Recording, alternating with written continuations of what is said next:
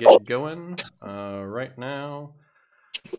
And I'm just going to check my live thing. And then as soon as I actually see a video, we'll go ahead and get cracking. Okay. All right. Cool. All right. So my name is Connor. I run this excellent YouTube channel named Counterpoints. Today we're on a call with a good friend of the channel, Chordman. We had a conversation. I don't know. It feels like a millennia ago at this point. I mean, It's been a while. yeah. So we kind of talked about I don't know what you would call it, but basically my summary would be issues facing Black Americans, and kind of like a conversation around that. And a lot has happened since then. We had the riots over last summer. We had the George Floyd incident. We had a whole bunch of high profile shootings, a whole bunch of high profile trials, and also a kind of, I don't know if you're on twitter.com. I'm on twitter.com. That's a huge mistake. And it seems it's a shithole. it seems like there's a lot of aggressive rhetoric on the discourse on twitter.com. So we just kind of wanted to touch base with each other. One, see how each other are doing. Two, talk about maybe defund the police and BLM in 2021. And then three, also just see if we go rando. Because I think one of the things that you said in a DM was that, like, yeah, it's cool to talk about or it's not cool to talk about these issues. But sometimes you want to talk about something else, right? Besides, being Black in America, right? Right. So yeah, so take it away. Introduce yourself to the people at home, and then kind of take it away from there. That way we can start going back and forth if you want. Okay. Well, like you said, my name's Chordman. I'm a wagey guy, a nuclear family, have a wife and 2 kids, live in the desert. Political leanings is technically Black nationalists, but there's not a lot of organization with that, so I really don't normally go by that in conversation, but that's kind of how my beliefs go. As far as the modern iteration of the way things that go here. And that's pretty much me. Okay.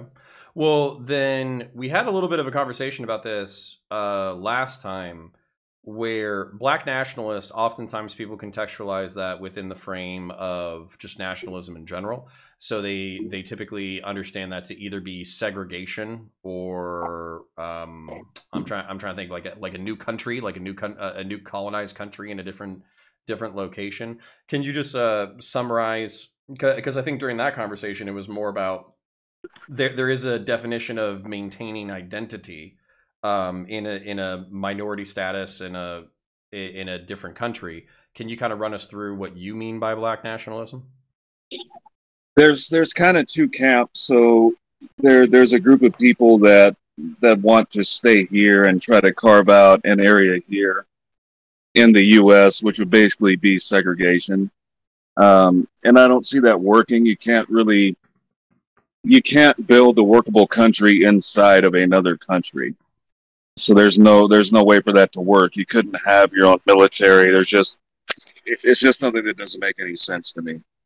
And then there's another branch that basically would like to go back to a continent like Africa and start there in order to have autonomy, and then work up to the point where a lot of other immigrants do, which is basically run satellite cities here within the country, but our home base being somewhere else. Okay. So, do you fall in either one of these camps? What's your perspective on the issue? I'm more on the continent side. Mm-hmm. That because it just, to me, I just can't think of a way for it to work. You can't have a nation within a nation. Even if it was allowed to happen, there's just no possible way to do that. And it would cause a lot more strife than I think anybody is ready for or has thought all the way through. Well, for me, what I'm kind of hearing as soon as I hear like, hey, we might want to go someplace else or go back to Africa and like start our own thing, or maybe join a nation that already exists there. I'm kind of already thinking about kind of like Liberia, and I think that was like a colonial project of freed American slaves who went back to Africa and tried to start a new country, and Yep. it hasn't, to my knowledge, it's kind of had a lot of the same issues that West Africa has had in general, which is issues of governance, decolonialization, interference from other countries, and kind of like a lot of political strife and civil war. So are you advocating for like a new project, integrating yourself into another country? What's kind of the game plan, or the hypothetical game plan? A lot of it hasn't gotten that far yet. There's a group of people that are considering Liberia because of its history, and also places like Sierra Leone. There's a group of people, I'm not going to name them, that have been in talks with two countries on the continent that share borders, that have a specific treaty that would allow a situation. Basically, what they would do is they would give up that border, and both of them would offer protection to the new group that moved there. Mm-hmm. And then you would expand from there. But as far as the ideas have been pretty well fleshed out, but there hasn't been any legitimate work to actually make it happen, and it's all still in the talking phase. Mm-hmm. So but ultimately, the way that it would work is it would never be a situation where all 14% of us were moving to Africa. It would be a group of people that were qualified in nation building, different strengths, different disciplines, STEM technologies, and then basically the bulk of the people would actually stay here and kind of exist like other immigrants do. Now, as far as dual citizenship works, I'm not sure how that would work. A lot of times the way that it gets brought up is the way that Israel has the free right of passage for Right. anyone that of that descent. So it'd probably be something along those lines. Yeah, while you were talking, I was literally thinking about that, because the what do you say it? So like the Zionist movement started in like the 19th century, and there were Jewish, as far as I understand it, there were Jewish settlers. There were Jewish people who already lived in the region, but then there were also Jewish settlers who kind of came slow, and they created communes like the kibbutz system, and they basically lived in like a communal setting. They set up a lot of infrastructure. They set up a lot of the state infrastructure and social infrastructure before vast swaths of people even showed up. And then once that was established, the people who are literally getting off, the boat or the plane with a t-shirt on their back, instead of, finding nothing and wondering where their next meal was going to come from, they found a society that was already kind of already ready to welcome them into the fold and kind of integrate them into the society and all that kind of stuff. So I think there was a lot of parallels there. And I guess my question for this is, maybe this is me being stereotypical or prejudicial, but it seems like there's a lot of dangers in West Africa that I wouldn't necessarily want to brave. Like we kind of mentioned, failed states, civil wars, intra or international wars, militants and people who kind of live on the fringes, Boko Haram, coming to mind. I forget the Al-Shabaab, in Somalia. So there's just like, there's people who are already there, who are already not friendly with each other.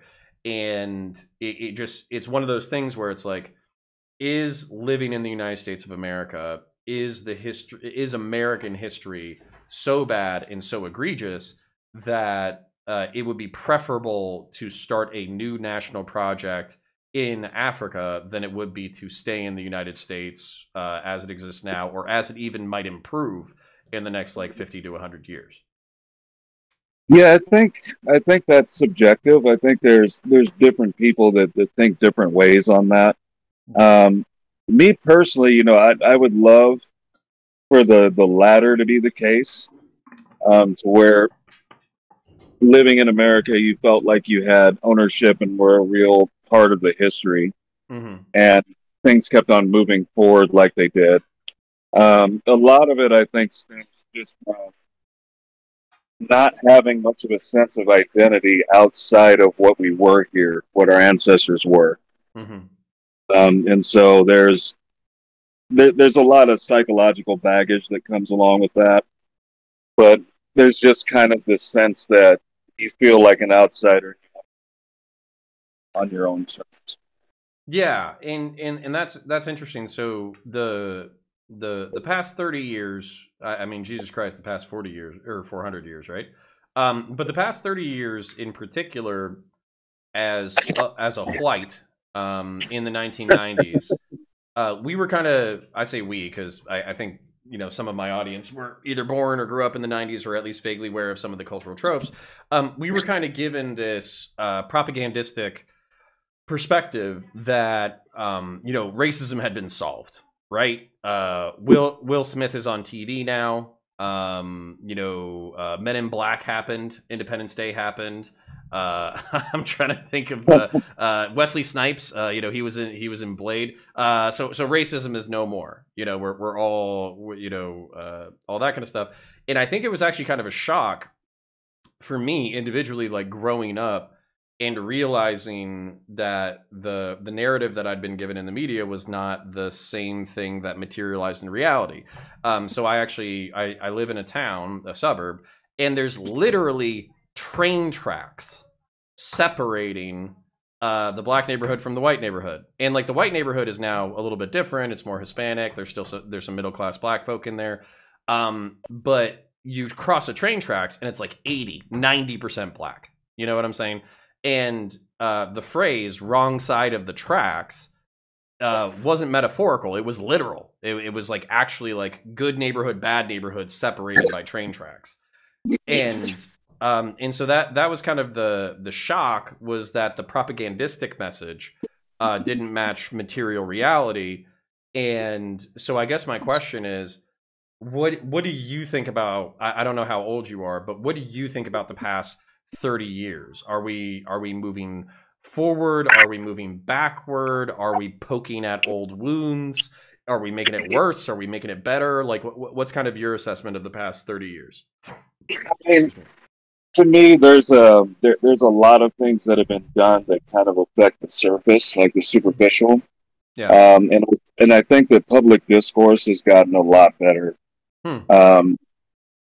That has changed. But some of the fundamental things that need to change, it seems like we kind of run in place. I'm not discounting like the Civil Rights Act and all the other smaller things that have been done, but a lot of things that have been done, they've just found ways to kind of continue the system socially.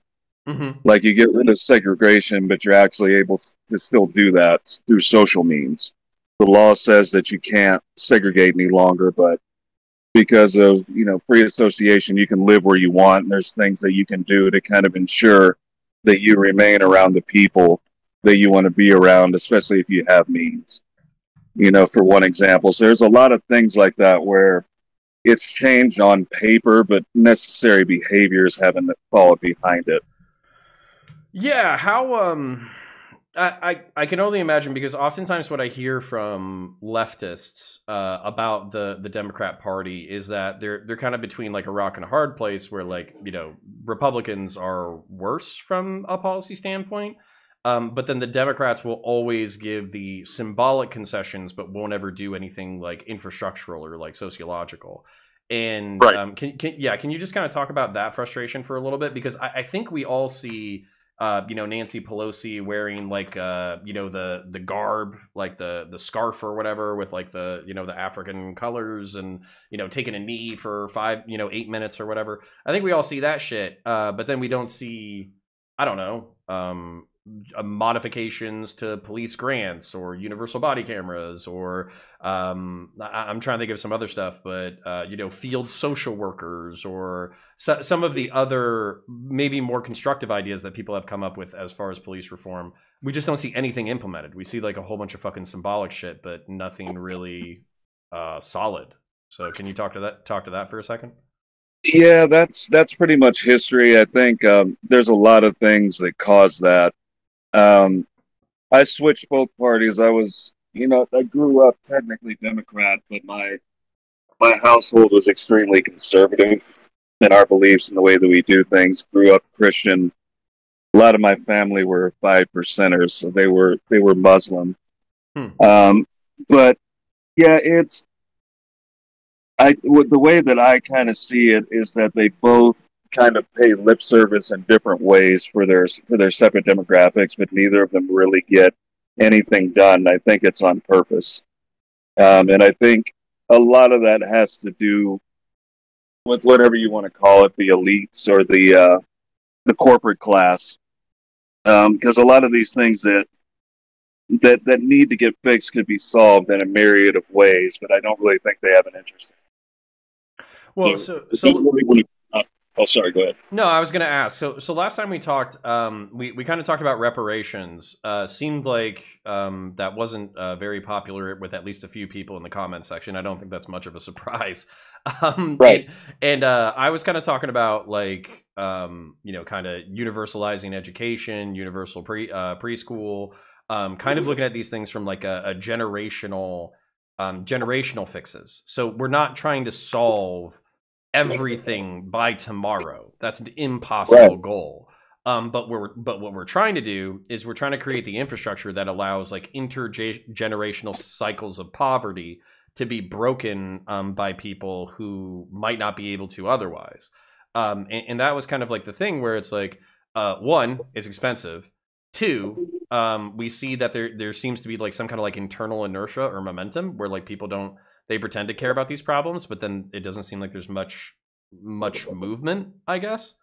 Yeah. And for me, as a white, it's hard for me to know like what is like almost like institutional inertia and momentum, and what is like malice.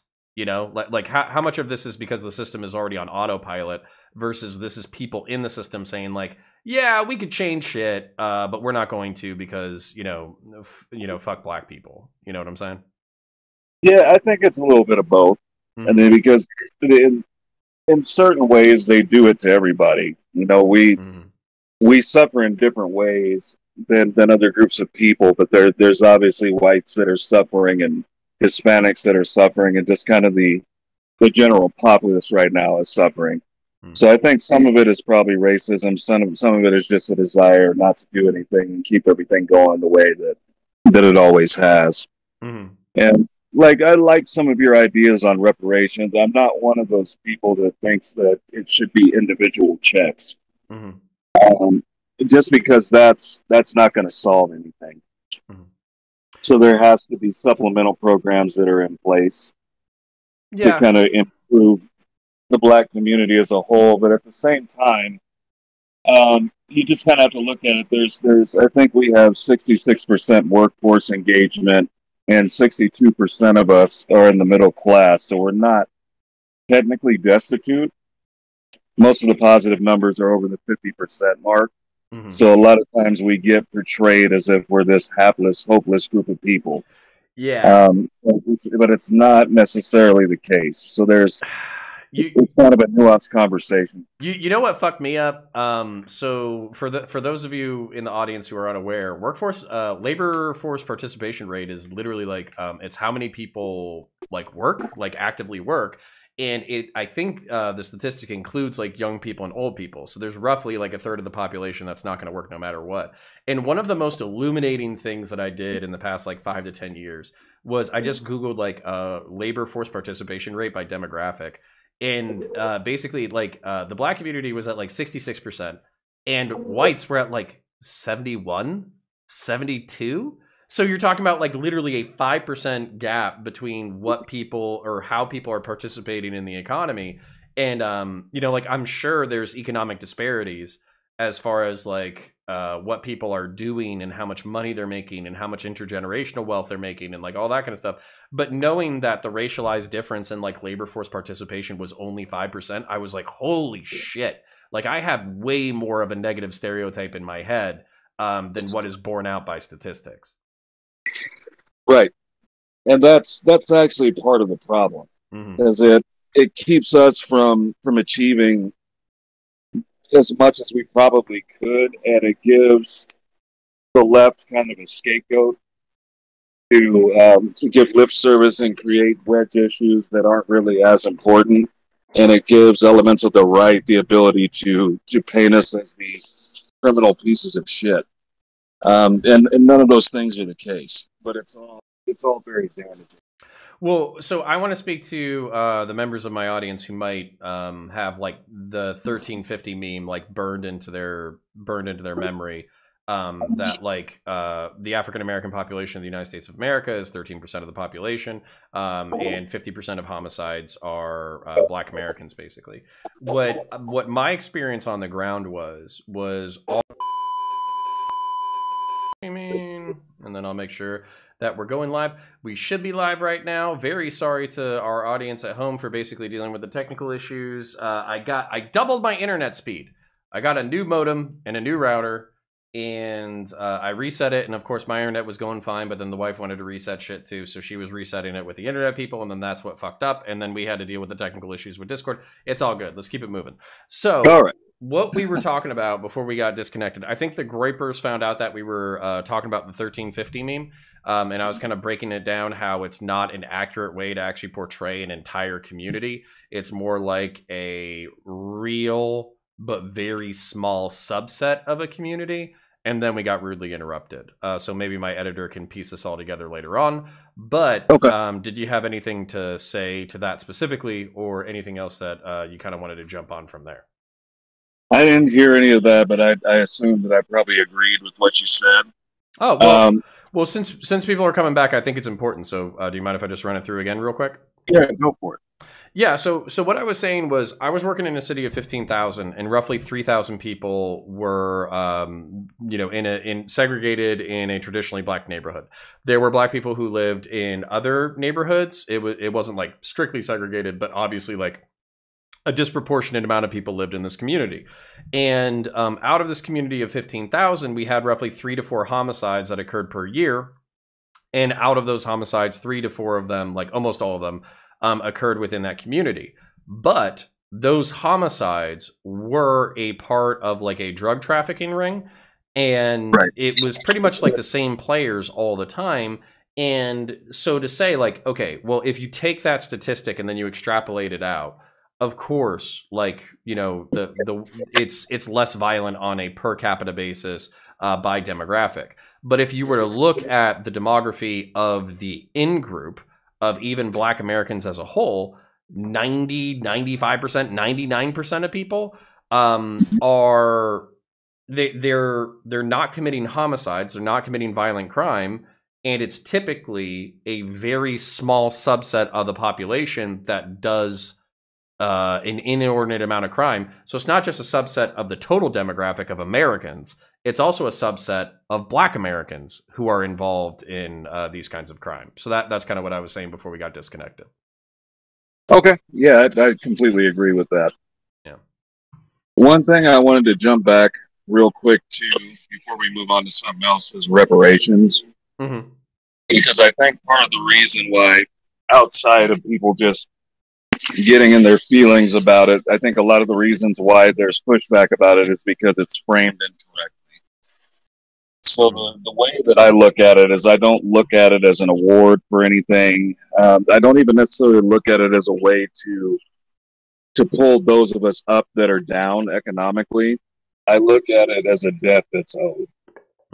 So it's kind of like if you were a drunk driver and you hit another car and you caused them physical damage, your feelings around that has nothing to do with it. It has no basis whatsoever. The fact is that somebody was wronged, and if you look at it from in that situation, it would be a legal perspective, but you owe that person retribution. It's just the balance that's due. Like everything else that's in the conversation is kind of unnecessary. And the reason why it's still valid for us, people that are around today, is because it's a debt that was never paid. So every other debt that exists just continues to compound interest, and it remains outstanding until it's paid. So it's no different than anything else. So it's different. So and if you look, go ahead. Well, I was just going to ask, from your perspective, so is the debt owed because of the institution of slavery itself, kind of, buying or taking slaves from West Africa, dragging them to America, and then decades upon decades, if not maybe 2 centuries worth of like horrific menial labor. Is that the debts that's owed, or was it the promise of freedom, where it was saying like, okay, we've now freed these people, we promise them a certain level of material obligation to get them started, and then like 40 acres and a mule is kind of like the meme, right? Right. So was it the 40 acres and the mule, or was it the unpaid labor and I don't want to say unlawful because it was lawful at the time, but Right. the immoral actions that were done to those people, or a combination of both? What is it? It's a combination of all of it. I mean, it's a combination of basically every black town that was created throughout history. Any major independent black town was destroyed. I mean, everyone talks about Tulsa, Oklahoma, Black Wall Street, but there's probably about 40 of them total, all over the eastern seaboard and in the South, where similar things happen that we don't get taught about in school through history, but just basically a legacy of terrorism.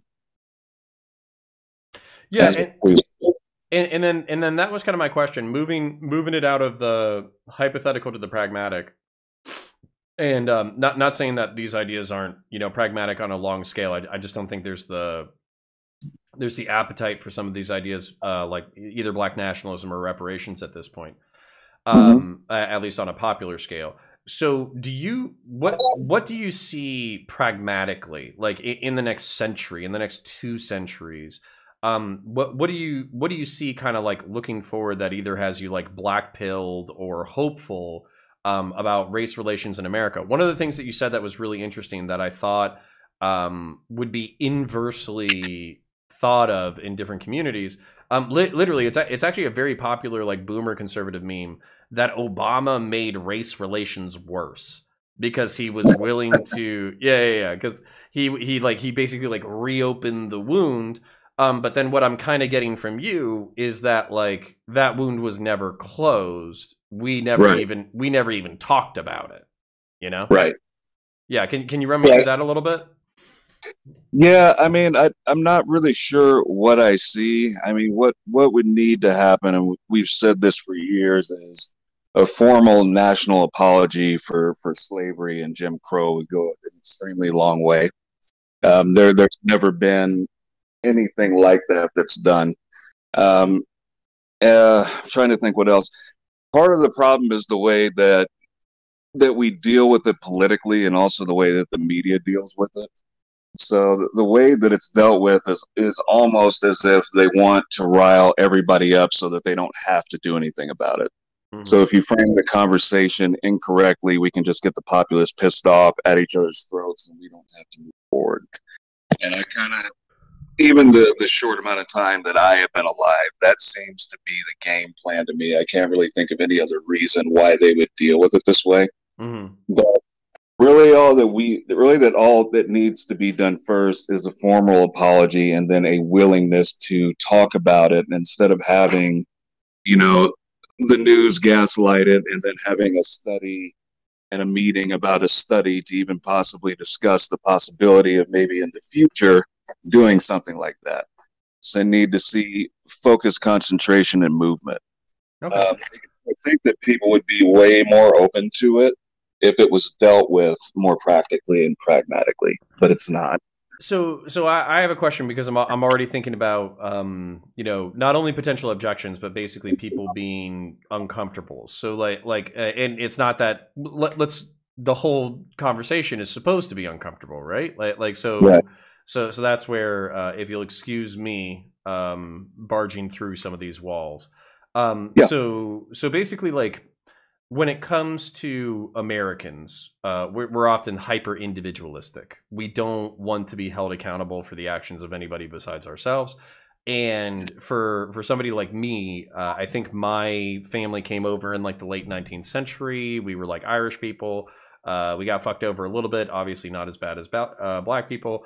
And then if we had any ancestors that were alive at the time of the Civil War, they would have almost undoubtedly fought for the Union. So they would have fought on behalf of the federal government in order to destroy the institution of slavery. And Right. so the question that I'm kind of posing is who is taking responsibility in order to do the apology? Because if it was like the federal government who was saying like, we were in charge at the time, we were in charge when this country was founded, the people who represented us in the past didn't do enough, the people who represented us in the past knew about what was happening in the Reconstruction era, and I think it's like the Great Reclamation or something like that was when like the South started to like revise history to make it not that bad. Right. We knew what was happening in these southern states, and we didn't really do anything about it for like politically pragmatic reasons. So would it be the federal government? Would it be the populace itself? Would it be specifically the people who were responsible? Who's doing it? It would be the federal government because they're the ones qualified to speak. They're the closest qualified to speak on the behalf of that. Mm-hmm. So I kind of look at it in the same way. You know, I realize that no one that's alive now had anything to do with it. But just like Biden, not that long ago, however you feel about it, acknowledged the Armenian genocide. He had nothing to do with that, but he acknowledged it.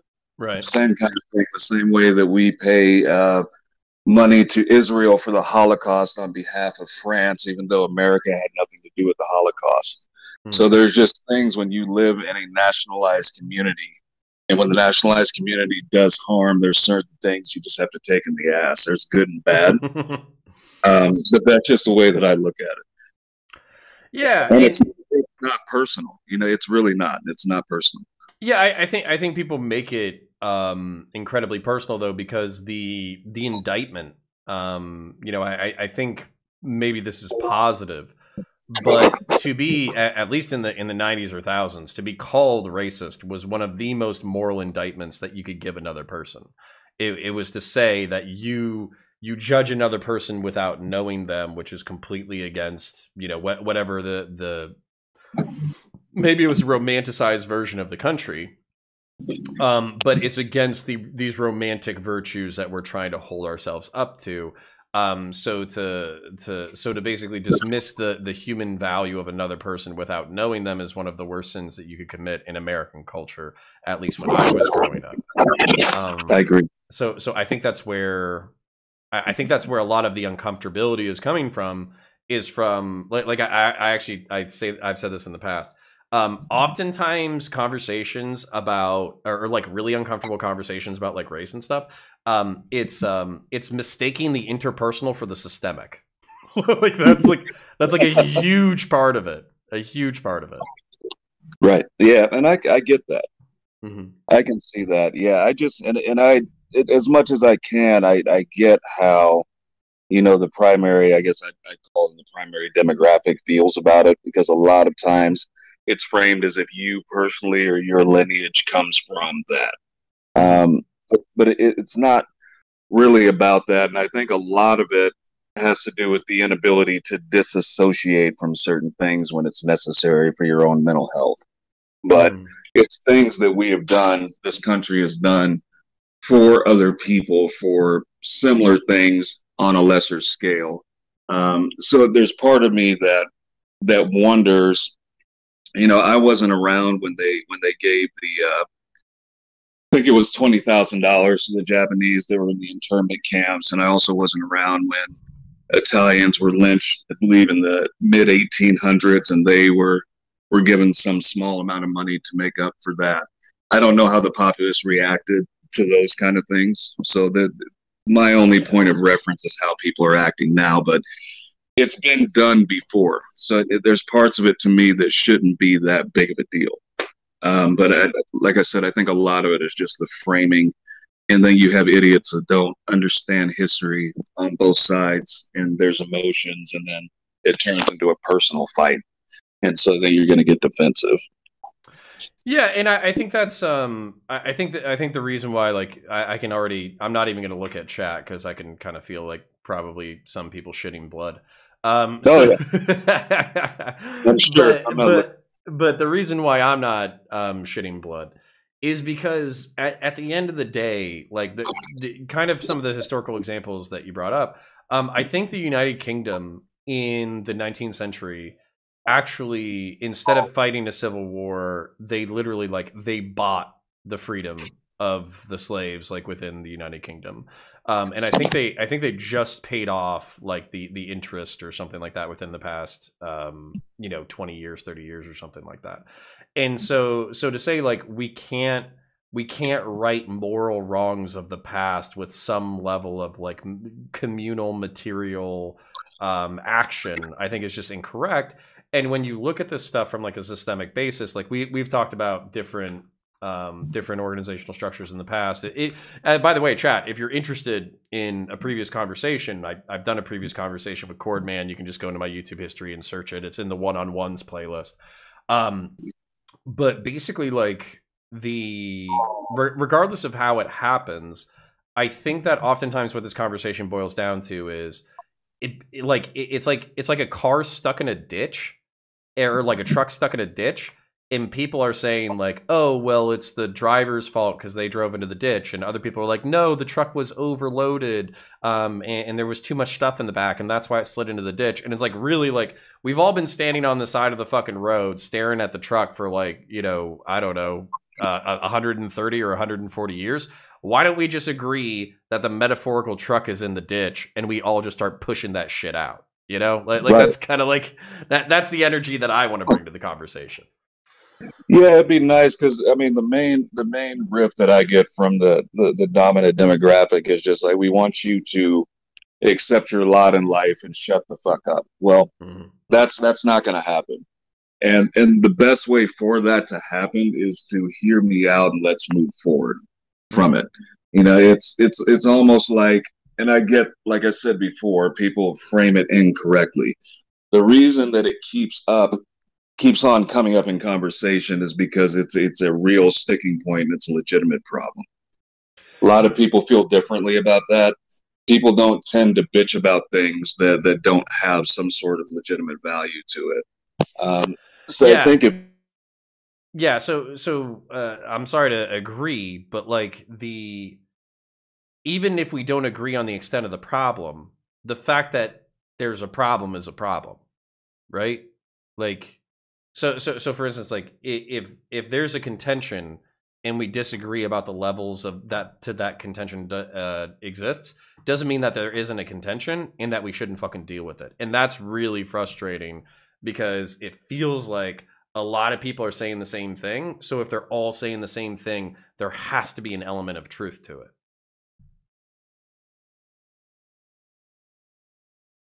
Oh, fuck, buddy. Did I just lose you again? Do I need to go talk to chat? God damn it.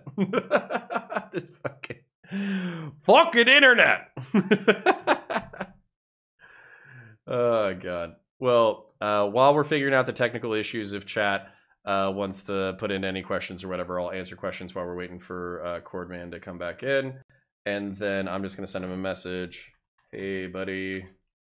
Still there? And then maybe I'll disconnect from the call and reconnect. But I swear to God, I have good internet. So that's pretty much what's going on. Motherfucker. Hey, buddy, can you hear me? I can hear you. Can you hear me? Okay, there we go. All right, I can hear you again. Sorry about that. No. Yeah, so getting past the technical issues, I just fucking flirted with chat for... God damn it, I lost you again. Fucking get back in the call, motherfucker. Can you talk? Yeah, can you hear me? Yeah, I can hear you just fine. Okay. I'm not sure. I'm supposed to have better internet. I haven't had any fucking any connection issues, but apparently Discord is being fucky right now. So anyways, before I lost you, I think I was just talking about how basically it's like the fact that a problem exists, regardless of whether or not we agree to the extent of the problem, the fact that so many people are saying the same thing means there has to be a kernel of truth to that problem and it needs to be addressed. That would be my instinct. Right. Yeah, absolutely. No. And you don't have to take ownership of it. Like, I think that some people feel like they have to personally apologize or they have to take a personal stake in it. You don't. You Mm-hmm. know, there's a lot of things that are done um, on your behalf or without your consent in this country that maybe you would disagree with. But it's just my advice is just to kind of look at it from a rational point of view and separate yourself from it where necessary. Doesn't need to be an emotional thing. Yeah, I appreciate the appeal to rationality in this conversation because I think oftentimes it just boils down to like a screaming match over like, hey, like my ancestors didn't enslave your ancestors and you weren't alive at the time of slavery, so why do I owe you anything? And then you have to have like a fucking 10-hour college course on like systemic racism, intergenerational wealth, redlining, lead paint, Jim Crow, disparities in education, disparities in correction. So, and that's like part of the problem with the conversation, right? Is like, you can say like saying I showed up after slavery was banned, and your ancestors were no, and then you've never experienced slavery. That's like a 2 sentence response. Whereas like breaking down history and systems is like a fucking 10-page thesis paper. So, At least. yeah, so that's one of the frustrating things. But like, so it's up to you if we want to, if you have like another tangent that you want to go on. But my curiosity is kind of like within the modern context because we talked. I don't know if we talked before George Floyd, but I know that we talked before a lot of the shit that happened over the past year, whether it was like the riots or fucking goddamn. Why can't I think of that Kenosha guy? The fucking shooting in Uh, Kenosha. Kyle yeah, Rittenhouse. Kyle yeah, yeah, Rittenhouse. yeah. Yeah, so I kind of just wanted to get your vibe over the shit show of what was the past year, and basically like your black pills and your white pills. Like, what are you hopeful about, and what is not so hopeful about the past year? Um, what's not so helpful? I'll start with that because it popped in my mind first. It's just the fact that we're still not having a lot of intelligent conversations about it, and discourse between different political factions seems to be getting worse. Mm-hmm. Um, one of the good things that happened, which is my opinion, maybe people would disagree, but when George Floyd was killed, it sent a shockwave not just through this country, but through most of the developed world, which is kind of an amazing thing to me. It shows how important that moment was for people to see and what it actually did to people. And I'm not going to sit here and defend George Floyd's behavior, what kind of man he was. To me, that line of thinking is bullshit anyway. It's what he did in his life has nothing to do with what happened to him. You don't kill someone like an animal because they're on fentanyl and meth if they're not, if they're not beating your ass or causing any damage to you. So I'm not really a whole fan of painting criminals negatively when things like that happen. But I guess the good thing about it is people are watching these things and they're talking about it. And as long as the conversation's productive, I think it's a good thing. But I have my doubts that it is from time to time. But Yeah, that was actually that was one of the points that I think was brought up that was kind of alarming. Was basically with the conviction of Derek Chauvin in the George Floyd case. I think it was just kind of alarming for some people that basically like, oh well, you can point to this thing in which the Derek Chauvin was convicted, but it was a pretty like egregious case, right? Like yeah, he was on drugs, he was high, but then they put him in a positional asphyxia position and just stayed on him for like 9 minutes.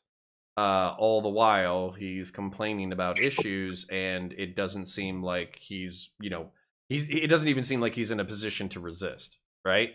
right. So that's kind of like that's what they went over during the case. was that like, okay, yeah, if he's being panicky and jumpy and all that kind of stuff, then you can pull him out and put him onto the ground. But then the second that he's, you know, kind of no longer a threat and you have him under control and like all that kind of stuff, then try something else rather than, I don't know, leaning on his neck for 9 minutes, right? Or leaning on his stomach for 9 minutes, because the diaphragm needs to be able to expand. And at least within the past like 5 to 10 years, positional asphyxia is something that's trained with new law enforcement trainees. So you know that there's no way getting around the negligence. But then to finish the point, what people were pointing out was like, oh well, this is like a symbolic victory, and people are just going to go home now because they have the conviction. So they're not going to have the stomach to go after universal body cameras, field social workers, infrastructural change when it comes to education, infrastructural change when it comes to drugs, because that's all really hard, and we can just put our feather in our cap and go home because Derek Chauvin's in jail. Yeah, sacrificial lamb. Yeah. That. Mm-hmm. No, go ahead.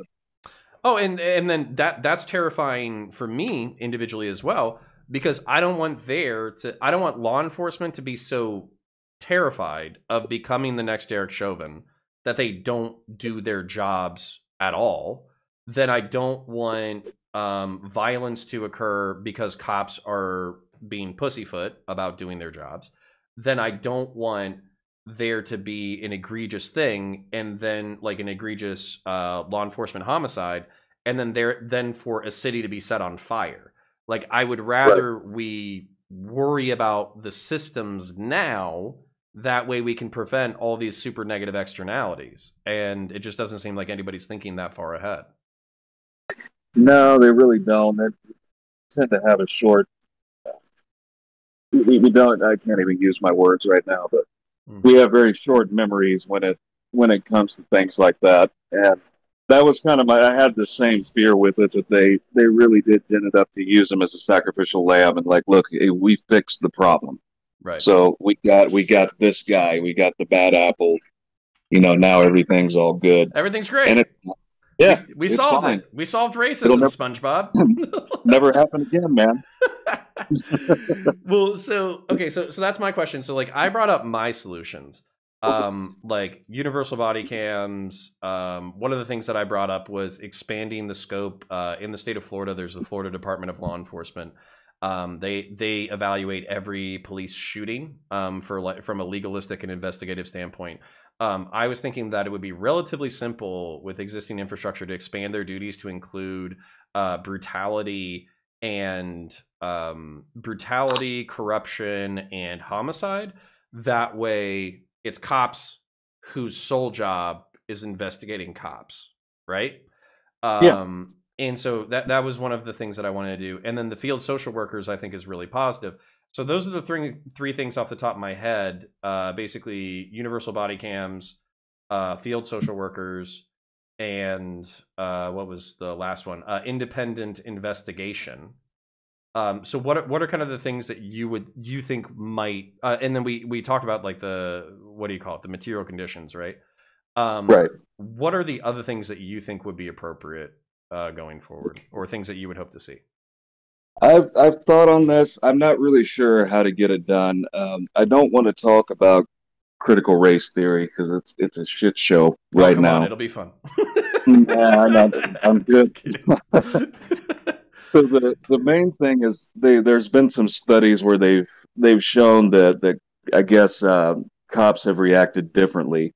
It's not every cop, but there's been instances where cops tend to react differently when it comes to dealing with black males. Whether their heart rates go up, there's a lot of environmental things that go into that, and there's a lot of circumstances. I'm not sure how to deal with things like that, because the studies also show when you do things like critical race theory, and you do things where you kind of force people to learn about other cultures or be around other cultures, it actually makes the problem worse. So none of those things actually work, because the group that you're forcing to do that gets a deeper resentment for having to do it. So I don't know. And there's a lot of studies on that. They never talk about that side of things, but it's very, very true. So it's ineffective. So we would need to find some sort of way of normalizing that interaction on both sides without causing resentment. And I'm not sure how you get that done. So you don't think that like in elementary schools kids should be taught that like white people are like uniquely evil and that'll solve the problem? Oh yeah, man, that's great. Yeah. All right, let's start there. Yeah. That sounds like a great first step. Oh my god! All right, please let the chatters know that you're memeing. Holy shit! Because they're gonna be like, black nationalist. He wants to teach my beautiful white baby that he's an evil piece of shit. This is exactly what I thought the left was all about. I disavow. Yeah.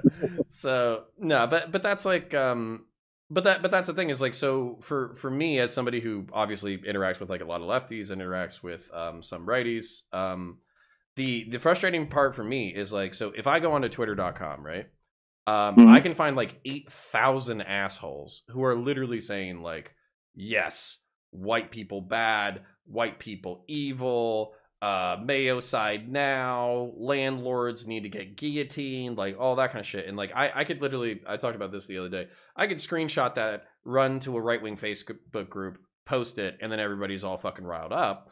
Whereas if I'm talking to an academic who is saying that if who is it? So like who's that rich motherfucker? LeBron James. All right. So if LeBron James and I are walking down the street, right? And he's billionaire, just got his dick sucked by, 2 models and all that kind of shit. He's got a Lambo out back, and I'm just a white dude. And we're both walking down the same fucking street, and I'm making the same shitty paycheck that I'm making right now. He might have a whole bunch of privileges on me, like material wealth. Pretty much material wealth is going to be the main one, right? But if somebody doesn't know who he is, and they ask a random person like, hey, who just off of gut instinct, who do you think is more dangerous? They're probably going to point to LeBron. If there's like some like subconscious or conscious racism in dating selections, and they don't know that he's a multimillionaire, they might pick me just based off of like cultural tropes. And then so that's where trying to isolate it down from intersectionality down to like a univariable of like race versus class versus income versus this versus that.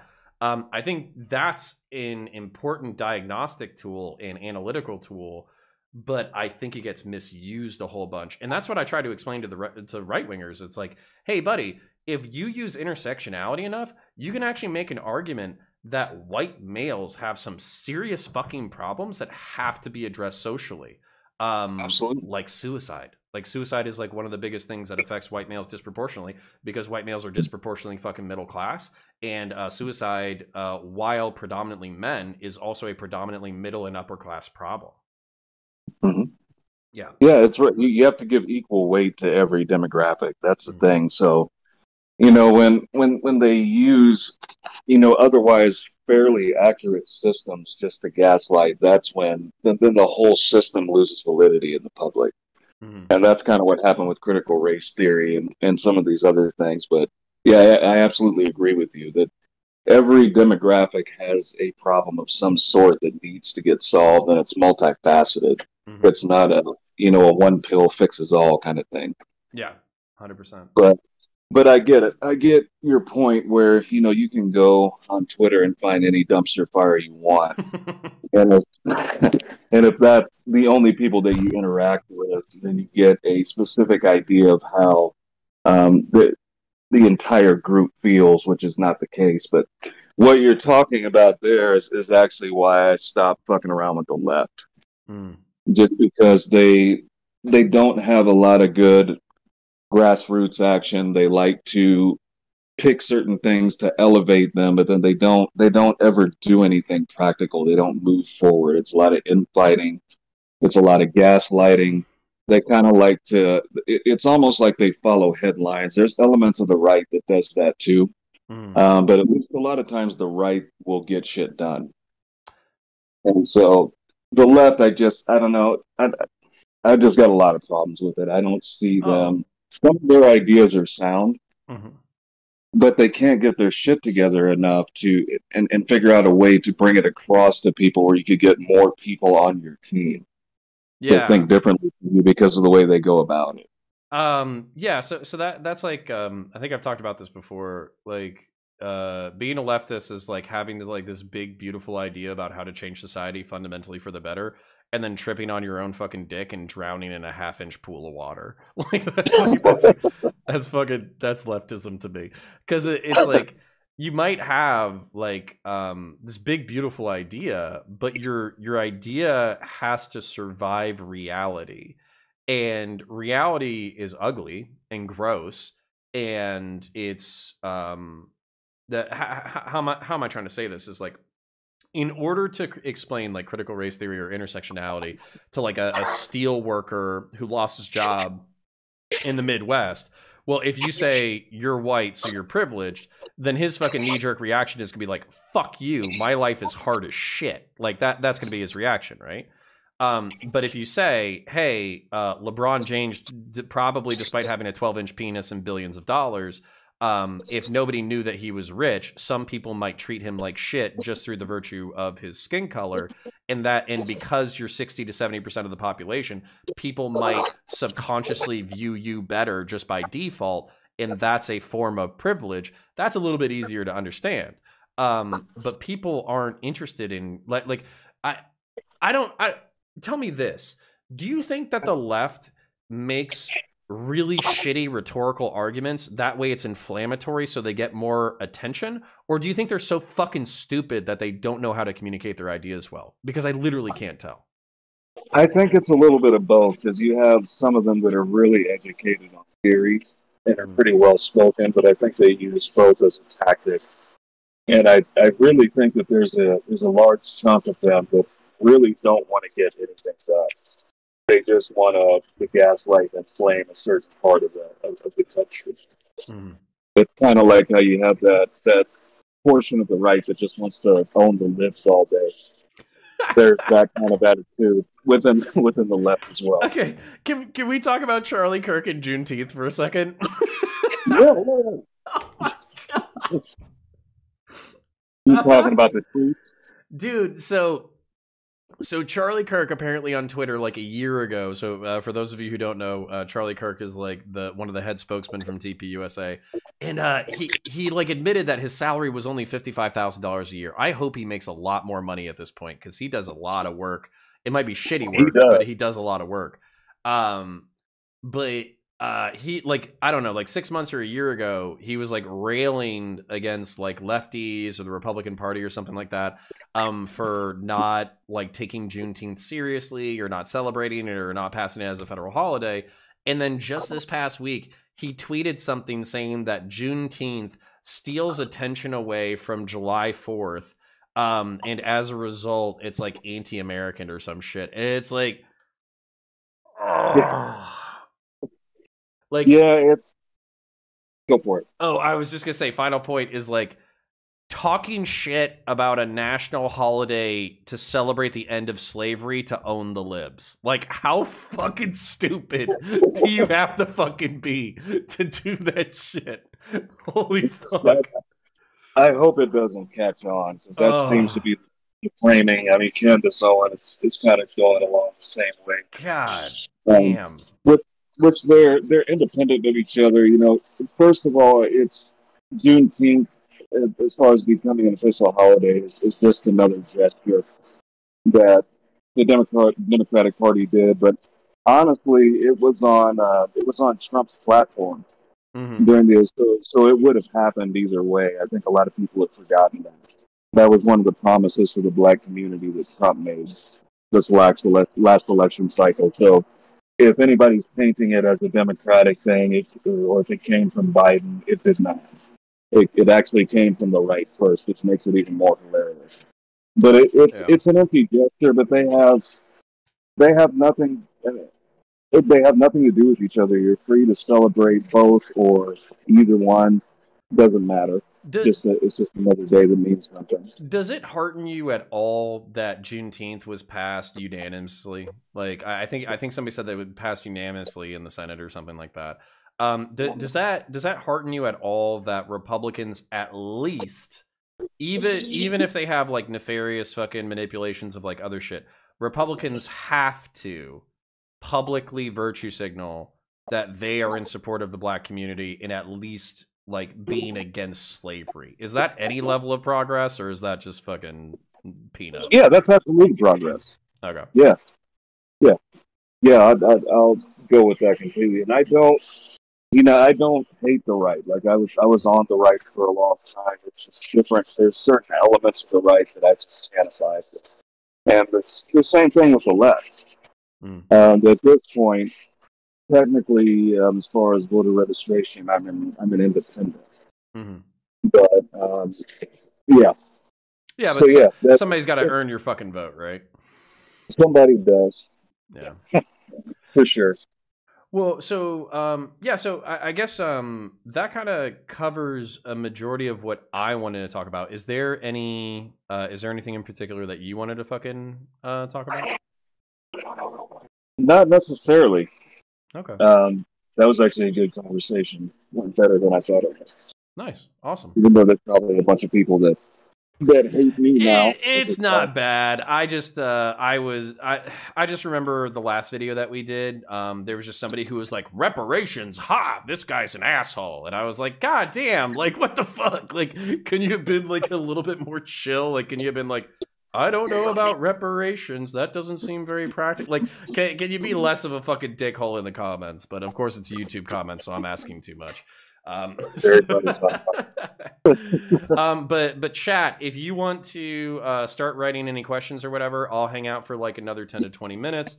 And then Chordman, I don't think you have any public socials, but is there anything in general that you want to shout out before you go?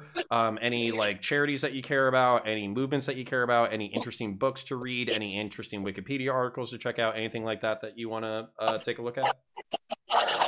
The only thing that I have is advice. Like when you come across a talking point that it rubs the wrong way, whatever side you're politically affiliated with, look into the source of it and look at the history around it and make sure that it's even being spun to you with profit.